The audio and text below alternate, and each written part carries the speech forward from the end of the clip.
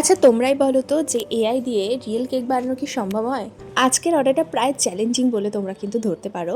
আজকে এআই দিয়ে একটা কেকের পিকচার আমাকে কাস্টমার পাঠায় এবং ওই কেকটাই সে আমাকে বানিয়ে দিতে বলে। কেকটার মধ্যে বিশেষ কিছু কিন্তু ছিল না, কিছু ফন্ডেন্টের সানফ্লাওয়ার ছিল।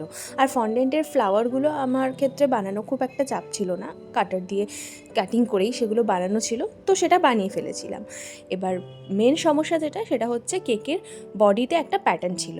এই যে প্যাটার্নটা আমি করছি, এই প্যাটার্নটার কথাই তোমাদেরকে বললাম। প্যাটার্নটা দেখে আমি বিশেষ কিছুই বুঝতে পারিনি যে প্যাটার্নটা কিভাবে করা। আসলে এআই দিয়ে যে লুকটা কেকের মধ্যে আনা হয়েছে সেটা তো হাতে করে আনা একদমই সম্ভব নয়।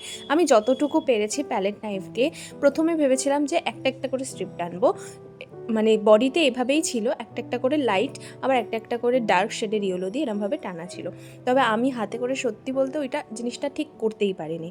তারপর আমি ভাবলাম যে ঠিক আছে অন্য রকমভাবে মানে প্যাটার্নটা করি। যতটুকুই আমার হাতে করে আনা সম্ভব বলে মনে হচ্ছে ততটুকুই চেষ্টা করেছি। দেখতে কি ভালো লাগছে, খুব একটা খারাপও কিন্তু লাগছে না। আমি কেকটা বানানোর পরও বসে বসে ভাবলাম কিছুক্ষণ যে বেশ অন্যরকম লাগছে। আমরা অনেক রকম ডিজাইনই তো করে থাকি নতুনত্ব, তো এটাও এক রকমের একটা ডিজাইন। ফ্লাওয়ারগুলো অ্যাড করার শেষে অ্যাড করে দিয়েছি কিছু সুগার বল।